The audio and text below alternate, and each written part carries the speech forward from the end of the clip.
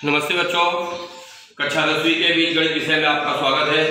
आज हम सभी लोग नया चैप्टर अर्थात तीसरा चैप्टर जो है हमारा समांतर श्रेणी, जिसे हम अंकगणित श्रृंखला कहते हैं, इंग्लिश में आप इसे अरिथमेटिक प्रोग्रेशन कहते हो, इसके पहले भाग के बारे में अध्ययन करेंगे। तो प्यारे बच्चों, हम सबसे पहले जानेंगे कि अनुक्रम किसे कहते हैं। सीक्वेंस, अनुक्रमणिका, अनुक्रम, सीक्वेंस या अनुक्रमणिका हम किसे कहते हैं। तो किसी निश्चित नियम के अनुसार विशिष्ट क्रम में विन्यासित संख्याओं के समूह या संग्रह को अनुक्रम या अनुक्रमणिका कहते हैं। फिर से ध्यान दो, किसी निश्चित नियम के अनुसार तथा विशिष्ट क्रम में विन्यासित संख्याओं के समूह या संग्रह को अनुक्रम या अनुक्रमणिका कहते हैं। उसके लिए बच्चों उदाहरण दिया गया है। पहला है 1 2 3 4 5, यह 6 7 8 इस तरह से आप अनंत तक गिन सकते हैं। ये जो प्राकृत संख्याओं का समूह है, यह हमें एक निश्चित नियम के अनुसार, अर्थात जब हम 1 में 1 जोड़ते 2 मिलता है, 2 में 1 जोड़ते तो 3 मिलता है, 3 में 1 जोड़ते तो 4 मिलता है, इसी प्रकार से 4 में 1 जोड़ते तो 5 मिलता है। तो यह एक निश्चित नियम हो गया। और इस नियम से जो हमें संख्याओं का समूह प्राप्त हुआ है, क्या मिला है, 1 2 3 4 5 6, इस संख्याओं के समूह या संग्रह को हम अनुक्रमणिका या अनुक्रम कहते हैं, जिसे आप इंग्लिश में सीक्वेंस भी कहते हैं। प्यारे बच्चों, इसी का दूसरा उदाहरण भी है। यहाँ पर है 7 9 11 13 15।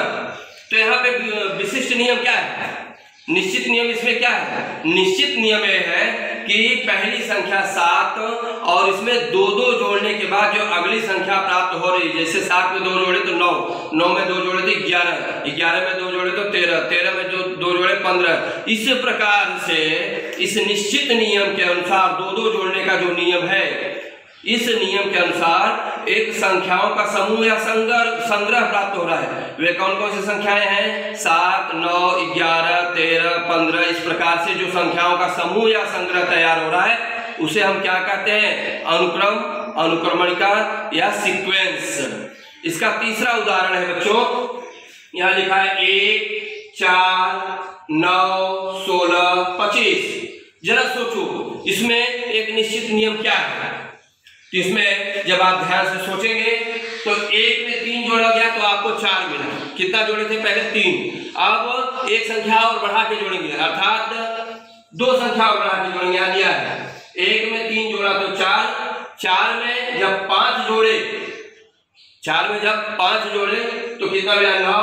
और फिर 9 में फिर वापस, पहले 3 जोड़े थे, उसमें 2 बढ़ा दिए तो 5, फिर 5 में 2 बढ़ा दिए 7, फिर 7 में 2 बढ़ा दिए तो 9। इस नियम से हम लोग चल रहे हैं। जरा ध्यान दो, 1 के बाद हमें 4 मिला है, यानी 3 जोड़े, फिर 4 में हम 5 जोड़ रहे हैं, यानी पहले 3 जोड़े थे, अब 2 बढ़ा के और जोड़ रहे हैं, यानी 5 जोड़े, कितना मिला, 9। अब 9 में कितना जोड़ेंगे, 16 मिलेगा, तो 7 जोड़ रहे हैं, 9 7 16, यानी पहले 5 जोड़े थे, अब कितना जोड़ रहे हैं, 7 जोड़ रहे हैं। अभी 16 में हम कितना जोड़ेंगे, 25 मिलेगा। पहले आप 7 जोड़े थे तो 7 में और 2 जोड़ दिए, 9, यानी 16 में 9 जोड़ोगे 25। अब 25 के बाद अगली संख्या हमें प्राप्त करना है, तो कितना आएगा, सोचो, 36, क्योंकि हम 9 जोड़े थे, अब कितना जोड़ेंगे, 11। तो एक निश्चित नियम हुआ, और इस निश्चित नियम के अनुसार एक विशिष्ट क्रम में जो संख्याएं प्राप्त होती हैं, उन संख्याओं को समूह या संग्रह को हम क्या कहते हैं, अनुक्रम, अनुक्रमणिका या सीक्वेंस कहते हैं। तो प्यारे बच्चों, ये बात आप समझ गए होंगे। अगला आपके सामने यहाँ पे कुछ कृतियां करके दिखाई गई हैं। जैसे पहली संख्या आपको 2 दी गई है, अब 2 के बाद यहाँ पर 6 है, तो आप 2 में कितना जोड़े हैं कि आपको 6 मिला है, या कितने से गुणा किए हैं। तो आप सोचेंगे भाई 2 में 3 से गुणा किया 6 आया, फिर क्या 6 में 3 से गुणा करेंगे 10 आएगा, नहीं। यानी उस निश्चित नियम को पहले आपको पता करना है कि इसमें कौन सा नियम है, और जब आप ध्यान से सोचेंगे तो वह निश्चित नियम आपको स्वाभाविक रूप से पता चली जाएगा। अब हम यहाँ जरा विचार करेंगे, 2 में कितना जोड़े कि 6 आया, 4, फिर 2 में कितना जोड़े कि 6 आया, 4 जोड़े तो 6 आया, फिर 6 में कितना जोड़े 10 आया, फिर से 4 जोड़े, यानी 6 में 4 जोड़े तो 10। इसी प्रकार से 10 में कितना जोड़े, 14 आया, फिर आप सोचेंगे 10 में 4 जोड़े तो 14 आया, और इसी प्रकार से 14 में कितना जोड़े, 18 आया, तो 14 में 4 जोड़ेंगे तो 18, फिर 18 में कितना जोड़ेंगे कि अगली संख्या प्राप्त होगी, तो 18 में जब 4 जोड़ेंगे तो अगली संख्या यहाँ 22 प्राप्त होगी। तो इसे मैं आपको करके दिखा रहा हूँ बच्चों।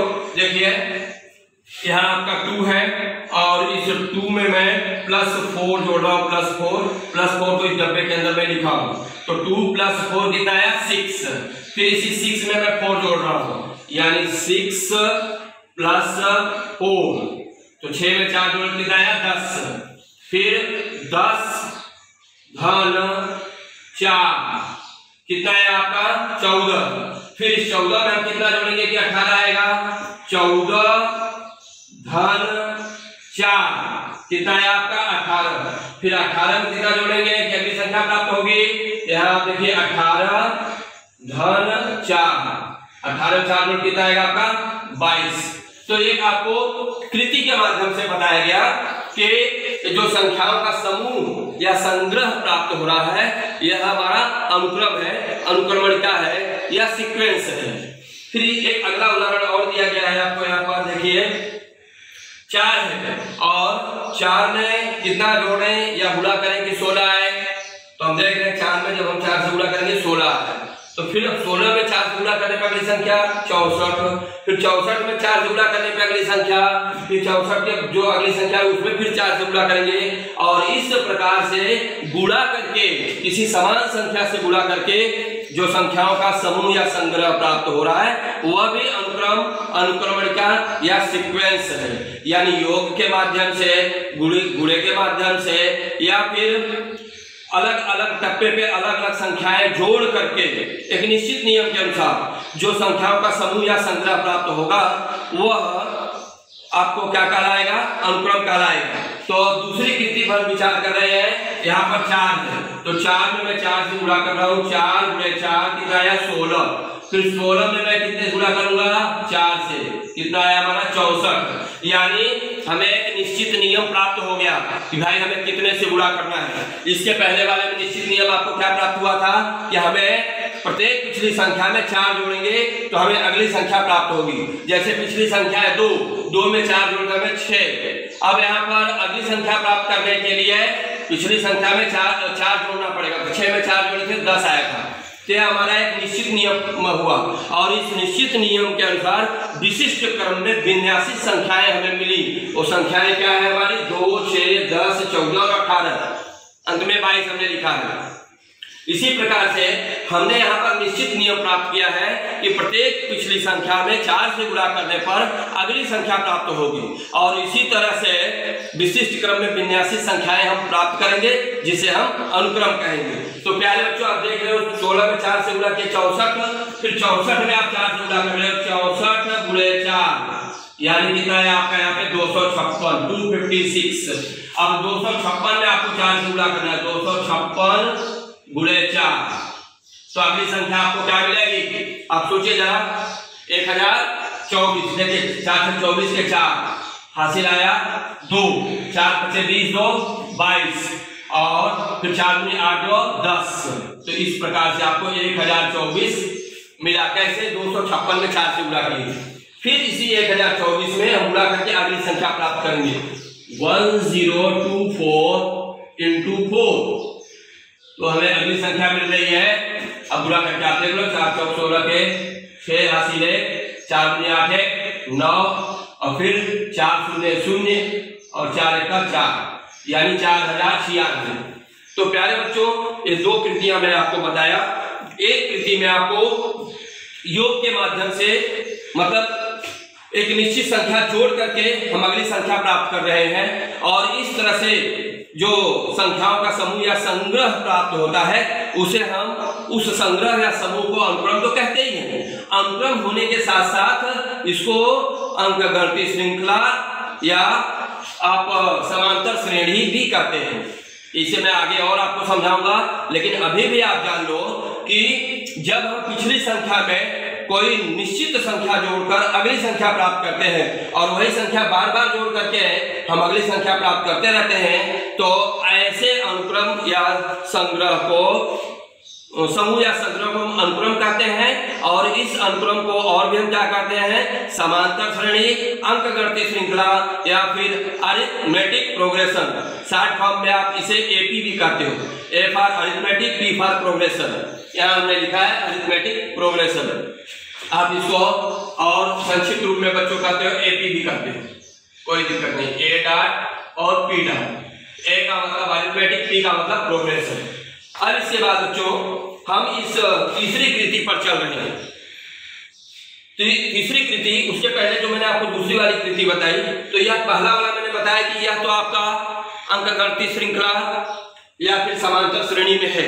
अब ये दूसरा वाला क्या है, यह गुणे से आपको प्राप्त हो रहा है। यानी पिछली संख्या में जब हम निश्चित संख्या से गुणा करके अगली संख्या प्राप्त करते हैं, तो इस प्रकार से ये आपको जो अनुक्रम मिलता है वह क्या कहलाता है, भूमितीय श्रृंखला। क्या कहता है, भूमितीय श्रृंखला कहलाता है, जिसे आप इंग्लिश में ज्योमेट्रिक प्रोग्रेशन कहते हैं। इस चैप्टर में आपको भूमितीय श्रृंखला के बारे में नहीं अध्ययन करना है, फिलहाल हम केवल अंकगणितीय श्रृंखला के बारे में ही अध्ययन करेंगे। लेकिन थोड़ी आप जानकारी रखिए कि गुणे के द्वारा यह जो संख्याएं प्राप्त हुई है, 4 में 4 से गुणा करने पर 16, 16 में 4 से गुणा किए तो 64, 64 में 4 से गुणा किए 256, और 256 में 4 से गुणा किए तो 1024, और 1024 में 4 से गुणा किए तो 4096। इस प्रकार से जो हमें संख्याओं का समूह या संग्रह प्राप्त हुआ है, इसको हम कहते हैं अनुक्रम।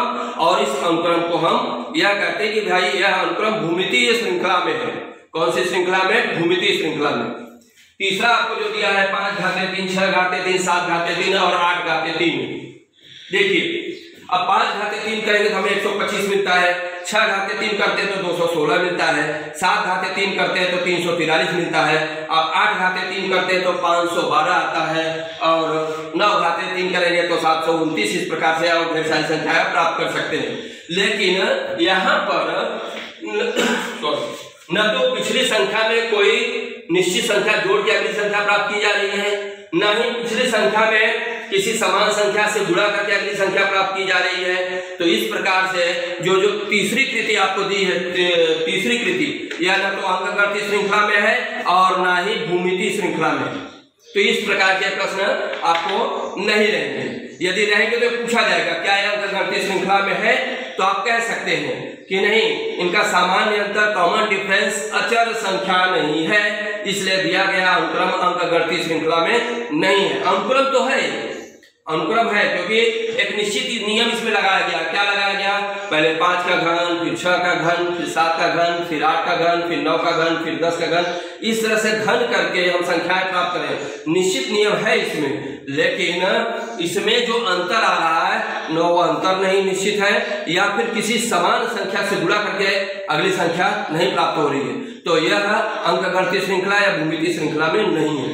अब प्यारे बच्चों हम आगे बढ़ते हैं और हमें यह अगला टॉपिक दिया है, इसे हम कहते हैं पद या टर्म। पद या टर्म क्या होता है, यानी कोई अनुक्रम निर्मित करने वाली प्रत्येक संख्या को उस अनुक्रम का पद या टर्म कहते हैं। यानी आप कोई भी अनुक्रम ले लो और उस अनुक्रम को निर्मित करने वाली जो प्रत्येक संख्याएं हैं उस अनुक्रम का पद या टर्म कहलाती है। उदाहरण के लिए आप यहाँ पर देखिए, मैं आपको बता रहा हूँ प्यारे बच्चों, जैसे मैंने लिया 3, 6, 9, 12, 15 और इस तरह से मैंने डाट किया। तो यह जो 3 में 3 जोड़े 6, 6 में 3 जोड़े तो 9, 9 में 3 जोड़े तो 12, 12 में 3 जोड़े तो 15, यानी निश्चित नियम है। यहाँ पर 3 जोड़ा जा रहा है, यह अनुक्रम तो है। अनुक्रम होने के बाद इस अनुक्रम को बनाने वाली जो प्रत्येक संख्या है, कौन कौन सी संख्या, 3, 6, 9, 12, 15, ये प्रत्येक संख्या है। तो यह जो पहली संख्या है इसको हम कहते हैं T1 पहला पद, इसको T2 दूसरा पद, इसको हम कहते हैं T3 तीसरा पद, यह T4 चौथा पद और यह T5 पांचवा पद, और फिर अनंत तक कैसे हम लोग पद प्राप्त कर सकते हैं।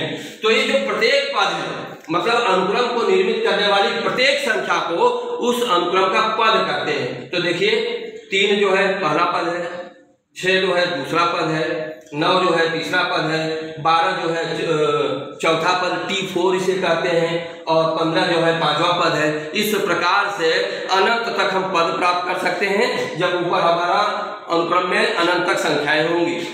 तो यह आप इसको इस तरह से जो अनुक्रम होते हैं उसे हम अनंत समांतर श्रेणी या अनंत अंकगणितीय श्रृंखला भी कहते हैं।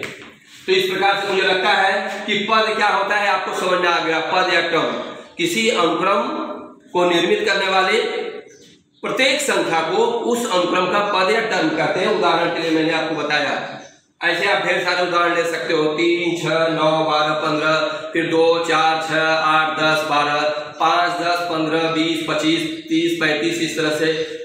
तो प्यारे बच्चों अगला पद है, टॉपिक है पदों को अक्षर T द्वारा दर्शाते हैं, जो कि मैंने अभी आपको बताया कि पदों को कौन से अक्षर द्वारा दिखाते हैं, T द्वारा। क्यों? क्योंकि पद को इंग्लिश में हम टर्म कहते हैं और टर्म का पहला अक्षर T होता है, इसलिए संक्षिप्त रूप में पदों को हम T द्वारा दर्शाते हैं। यहाँ पर लिखा है पदों को अक्षर T द्वारा दर्शाते हैं। उदाहरण पहला पद T1, दूसरा पद T2 और तीसरा पद T3 इत्यादि, जो कि मैंने यहाँ पे आपको समझाया। अब प्यारे बच्चों यहाँ पर दिया है यनवा पद, तो यनवे स्थान पर स्थित पद को यनवा पद कहते हैं, इसे Tn द्वारा दर्शाते हैं। अब यनवे स्थान पर स्थित पद को यनवा पद कहते हैं। ये बात जरा आप समझने की कोशिश करिए प्यारे बच्चों। जैसे यहां पर दिया है, मैंने कोई अंकगणितीय श्रृंखला ले ली, यहाँ पे समझिए मैंने लिया 4, 8, 12, 16 और 20। तो सबसे पहले आप ये समझिए क्या यह अनुक्रम है, इसमें कौन सा निश्चित नियम है। तो देखेंगे 4 में 4 जोड़े तो 8 आया, 8 में 4 जोड़े तो 12, 12 में 4 जोड़े तो 16 और 16 में 4 जोड़े तो 20। तो निश्चित नियम प्राप्त हुआ और इस निश्चित नियम के द्वारा विन्यासित संख्याओं के समूह या संग्रह को हम क्या कहते हैं, अनुक्रम या सीक्वेंस या फिर अनुक्रमणिका। और यह अनुक्रम क्या कहलाएगा, अंकगणितीय श्रृंखला। और कैसी अंकगणितीय श्रृंखला है, सीमित, क्योंकि इसमें आगे 3 बिंदी और नहीं लगाया गया, अनंत तक नहीं दर्शाया गया है, केवल 20 तक कहा गया है। तो यहाँ पे 4, 8, 12, 16, 20। अगर इसमें मैं कहूं यनवा पद, तो यनवा पद जैसे यनवे स्थान पे, अब देखिए 12, 16, तो क्या है 12 जो आपका तीसरे स्थान पे और 16 कौन से स्थान पे, चौथे स्थान पे, यानी T4। तो ये यनवे स्थान पर यनवा पद, तो यहाँ पर यनवा पद कौन सा है, यानी चौथा पद। यनवा पद यानी चौथा पद क्या है आपका 16। फिर से मैं कहूँ T5, अगर यहाँ मैं यनवा पद कहूँ तो T5 पांचवें स्थान पर कौन सी संख्या है, 20। तो इसी चीज को यहाँ बताया गया है कि यनवे स्थान पर, यनवे स्थान पर यानी पहले स्थान पे, दूसरे स्थान पर, तीसरे स्थान पे, चौथे स्थान पे, पांचवें स्थान पर स्थित पद को, वहां पर पांचवें स्थान पे जैसे चौथे स्थान पे कौन सा पद आया 16, इसको हम यहाँ पर चौथा पद कर रहे हैं, यानी यनवा पद हो गया। फिर यहाँ पर पांचवें स्थान पर कौन सी संख्या है 20, तो 20 को हम यनवा पद कहेंगे, यानी कौन सा पद है, पांचवा पद है। तो यनवे स्थान पर स्थित पद को यनवा पद कहते हैं, इसे Tn द्वारा दर्शाते हैं। इसे किससे द्वारा, किससे दिखाते हैं, Tn द्वारा। तो देखिए Tn मतलब Tn, n मतलब नंबर, नेचुरल नंबर, 1, 2, 3, 4, 5। जैसे मैं T4 लिखा तो कौन सा पद होगा, चौथा पद। मैंने लिखा T5, तो कौन सा पद होगा, पांचवा पद। तो इस चीज को आपको ध्यान में रखना है बच्चों। अब इसके बाद आता है कॉमन डिफरेंस, जिसे आप कहते हो सामान्य अंतर। कॉमन डिफरेंस यानी जब किन्हीं दो क्रमागत पदों का अंतर अचल हो तो उसे हम क्या कहते हैं, सामान्य अंतर। फिर से यहाँ देखें, किसी समांतर श्रेणी के दो क्रमिक पदों के अचल अंतर को सामान्य अंतर कहते हैं। उदाहरण के तौर पर आप देख सकते हैं, जैसे मैंने ले लिया यहाँ पर 10, 20, 30, 40, 50, इस तरह से मैंने अंकगणितीय श्रृंखला ले ली है। अब इसमें दो क्रमिक पद कौन से हैं, जैसे 10 और 20 एक क्रमिक पद है, 10 पहला पद है, 20 दूसरा पद है, T1, T2। 20 और 30 भी क्रमिक पद है, यह दूसरा पद है, तीसरा पद है। फिर 30 और 40 यह भी क्रमिक पद है। क्रमिक पद यानी क्रम से आने वाले, एक के बाद दूसरा। तो क्रमिक पद इसमें 30 और 40 है। तो किसी अंकगणितीय श्रृंखला में या फिर कहो कि किसी अनुक्रम में आप ऐसा कह सकते हैं समांतर श्रेणी, क्योंकि जो अनुक्रम है अंकगणितीय श्रृंखला में निश्चित रूप से अनुक्रम, अनुक्रमणिका या सीक्वेंस होगा ही, लेकिन अनुक्रम, अनुक्रमणिका या सीक्वेंस समांतर श्रेणी होगा ही यह निश्चित नहीं है। वो हो भी सकता है और नहीं भी हो सकता है। अनुक्रम या अंकगणितीय श्रृंखला समांतर श्रेणी हो भी सकता है या नहीं भी हो सकता है, ध्यान रखो बच्चों। लेकिन जो समांतर श्रेणी है वह अंकगणितीय समांतर श्रेणी या अंकगणितीय श्रृंखला जो है वो अनुक्रमणिका या अनुक्रम या सीक्वेंस होता ही है निश्चित रूप से। तो ये जरा ध्यान देना है। तो आपको समांतर श्रेणी 10, 20, 30, 40, 50 दिया हुआ है। जब किसी समांतर श्रेणी में किन्हीं दो क्रमागत पदों का अंतर यानी सामान्य अंतर अचर संख्या होती है, जैसे 20 में से 10 हटाए कितना मिला 10, फिर 30 में से 20 हटाए तो 10, 40 में से 30 हटाए तो 10 और 50 में से 40 हटाए तो 10। तो यह अंकगणितीय श्रृंखला हमको दी गई है। इस अंकगणितीय श्रृंखला के किसी भी दो क्रमागत पदों का अंतर अचर संख्या है, सदैव अचर संख्या है। तो यह अंतर जो है वो क्या कहलाएगा? सामान्य अंतर, कॉमन डिफरेंस। इसे हम डी द्वारा दिखाते हैं। इसके लिए एक सूत्र है, सामान्य अंतर बराबर अगला पद ऋण पिछला पद, यानी अगला पद कितना 20 और पिछला पद 10 है। 20 में से 10 हटाए तो 10। उसी प्रकार से 30 में से 20 हटाए तो 10। तो यह इस चीज को आपको ध्यान में रखना है। सामान्य अंतर जो है बच्चों, हमारा जो कॉमन डिफरेंस है वो शून्य, धनात्मक संख्या या ऋणात्मक संख्या हो सकता है। इसको भी आप समझ लो। जैसे मैंने यहां पर लिखा है कि मैंने यहां लिखा 50, फिर 40, फिर 30, फिर 20 और फिर 10। मैंने ऐसा अनुक्रम लिखा। हमें कहा क्या गया है कि अगली संख्या से पिछली संख्या घटाई जाती है, यानी T1, T2, T3, T4, T5। ये हुआ आपका T1, T2, T3, T4 और T5। बच्चों मैं T2 माइनस T1 कर रहा हूं, तो 40 में से जब मैं 50 घटाऊंगा तो मेरा कितना आएगा? -10। उसी प्रकार से T3 माइनस T2 करूंगा, T3 माइनस T2, तो मुझे क्या मिलेगा? 30 ऋण 40, 30 ऋण 40 बराबर -10। इसी प्रकार से मैं आगे और लिख सकता हूं। और हमें जो अंतर प्राप्त हो रहा है वो ऋणात्मक प्राप्त हो रहा है। इसी प्रकार से मैं 8, 8, 8, 8, 8, 8 लिख दूं, ऐसे 4, 4, 4, 4 लिख दूं, तो उनके बीच का जो अंतर होगा वो क्या होगा? शून्य होगा। उसको भी आप देख सकते हैं।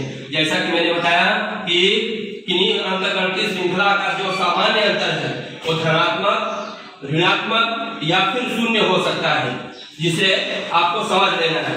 जैसे मैं यहां लिख रहा हूं 8, 8, 8 और इस प्रकार से 8 लिखा।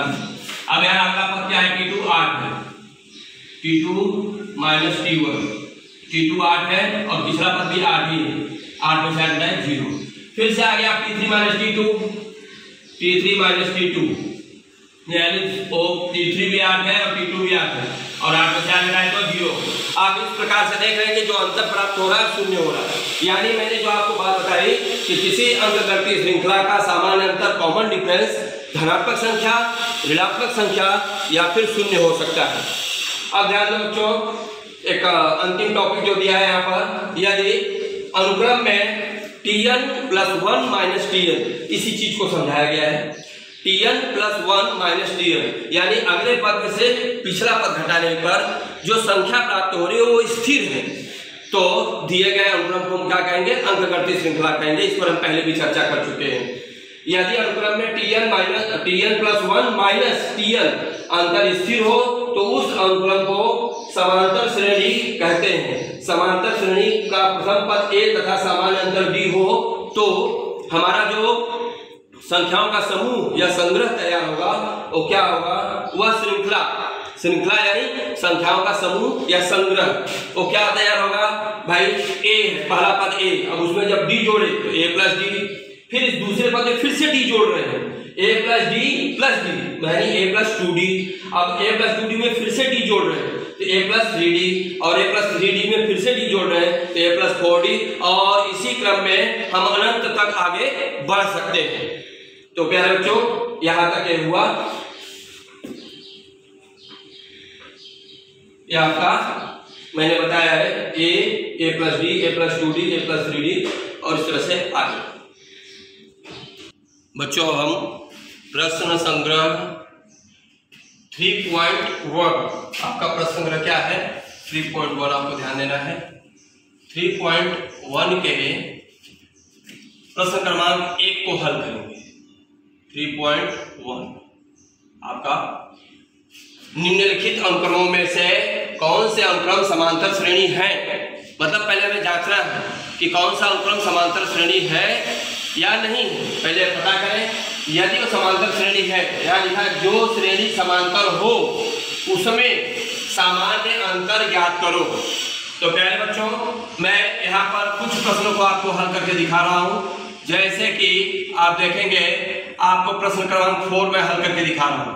यह जो दिया गया अनुक्रम है, आपका दिया गया अनुक्रम यहाँ हल करते समय लिखेंगे दिया गया अनुक्रम क्या है हमारा 0.3, 0.33, 0.333 और उसके बाद अनंत। प्यारे बच्चों अब ये दिया गया अनुक्रम अंकगणितीय श्रृंखला है या नहीं, इसके लिए हमें क्या करना पड़ेगा, अगले पद में से पिछला पद घटाना पड़ेगा। जैसे कि आप जानते हैं, इसलिए यहाँ पर t1 बराबर कितना है 0.3, t2 बराबर कितना है 0.33, t3 बराबर क्या है आपका 0.333 और उसके बाद फिर अनंत। तो हमें अगले पद में से पिछला पद घटाना होता है, इसलिए हम क्या यहाँ लिख सकते हैं t2 माइनस t1 बराबर t2 का मान कितना है 0.33 और t1 का मान कितना है 0.3। अभी दशमलव का घटाना है बच्चों, कैसे आप घटाओगे मैं आपको करके दिखाता हूँ। 0.33 है, इसमें से हमें 0.3 घटाना है। तो क्या करते हैं, हमेशा दशमलव के नीचे दशमलव लिखते हैं। दशमलव के दाहिनी तरफ संख्या क्या है 3 है, तो 3 लिखे। यह स्थान लिखता है कुछ नहीं, वहां पर आप 0 लिखे। बाई तरफ में क्या है, इसमें 0 है, दशमलव के बाई तरफ यहाँ 0 लिखे। अब आप बराबर इसको घटा सकते हैं, 3 में से 0 घटाएंगे 3, फिर 3 में से 3 घटाए तो 0 और दशमलव के नीचे दशमलव और यहाँ 0 है 0, यानी डिफरेंस क्या है 0.03। यहाँ आप लिखोगे 0.03। इसी प्रकार से आप क्या करोगे t3 माइनस t2 बराबर अगले पद में से पिछला पद घटाते हैं, तो t3 हमारा 0.33 है, 0.333 माइनस t2 का वैल्यू कितना है 0.33। अब फिर से इसको घटाएंगे, मैंने घटाना बताया था आपको यहाँ पे। अब दूसरा है 0.333, दशमलव के नीचे दशमलव, दशमलव दाहिनी तरफ 3 और यहाँ पर 0 और बाईं तरफ भी दशमलव के बाईं तरफ 0 है।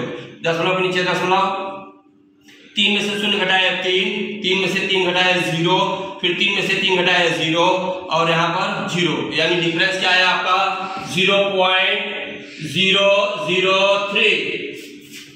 फिर अगले पे ध्यान देंगे, बस आपको t2 minus t1, t3 minus t2 किए और यहीं पे हमें पता चल गया कि यह जो सामान्य अंतर आया हुआ है 0.03, 0.003 है, अलग अलग अंतर आ रहा है। यहाँ लिखेंगे चूंकि सामान्य अंतर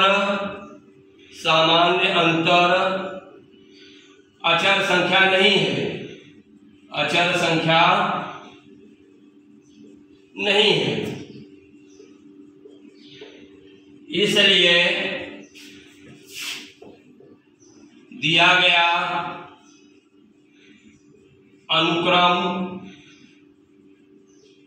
अंकगणितीय श्रृंखला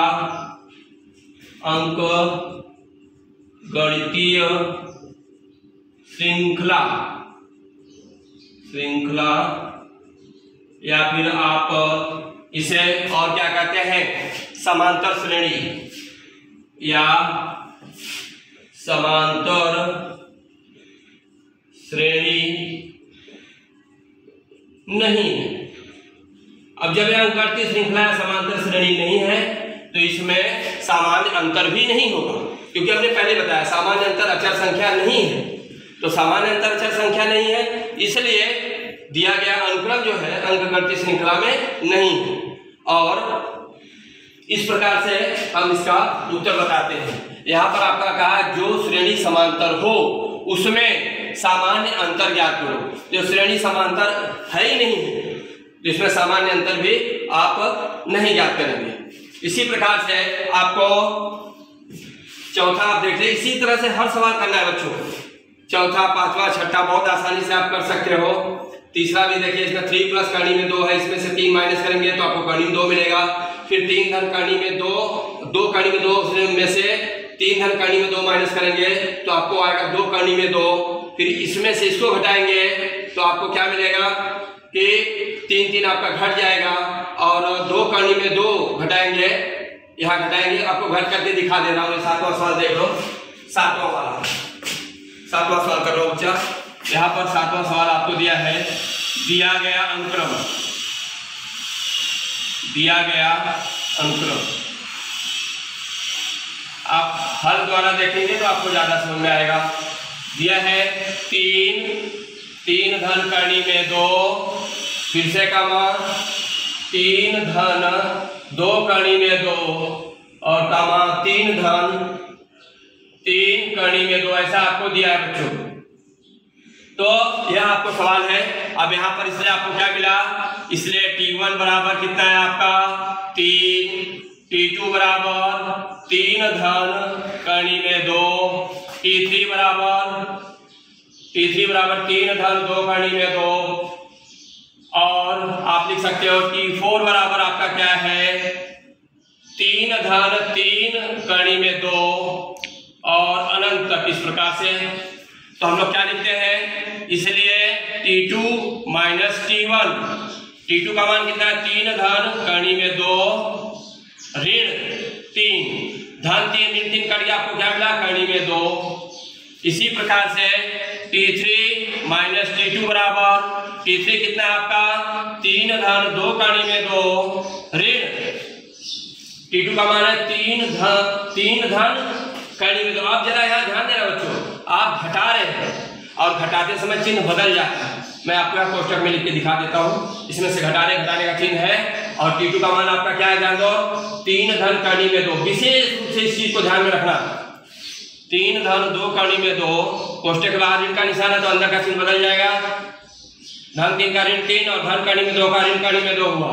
अब आप देख रहे हो धन कड़ी में 3 ऋण कड़ी में 3 कट गया। यह चीज आप देख रहे हो 2 कड़ी में 2 ऋण कड़ी में 2, ये मिला आपको। अब इसमें कड़ी में 2 यहाँ भी है, कड़ी में 2 यहाँ भी है, कॉमन आया यानी 2 ऋण 1 आपको आया। कड़ी में 2 कॉमन लिए, कड़ी में 2 में इससे भाग देंगे, कड़ी में 2 में आपको 2 मिलेगा और कड़ी में 2 से कड़ी में 2 भाग देंगे तो 1 आएगा और यहाँ माइनस का निशान इसलिए -1। और यहाँ देखोगे आपको 2 में से 1 घटा होगा तो 1 आएगा, यानी यहाँ भी सामान्य अंतर कितना आया कड़ी में 2 आया, यहाँ कड़ी में 2, यहाँ कड़ी में 2। और उसके बाद T4 माइनस T3 से भी आप करके देख लो, T4 माइनस T4 का वैल्यू कितना है आपका 3 प्लस 3 अंडर रूट 2। अब इसे आप सीधे भी घटा सकते हो, T3 का क्या है चिन्ह बदल जाएगा 3 माइनस 2 अंडर रूट 2। अब धन 3 कर दिया, 3 में से 2 घटाएंगे कितना है बच्चों 1 और कड़ी में 2 है, कड़ी में 2 तो आपको कड़ी में 2 आएगा। यानी आप देख रहे हो जो सामान्य अंतर है अचर संख्या यहाँ लिखेंगे, क्योंकि सामान्य अंतर अचर संख्या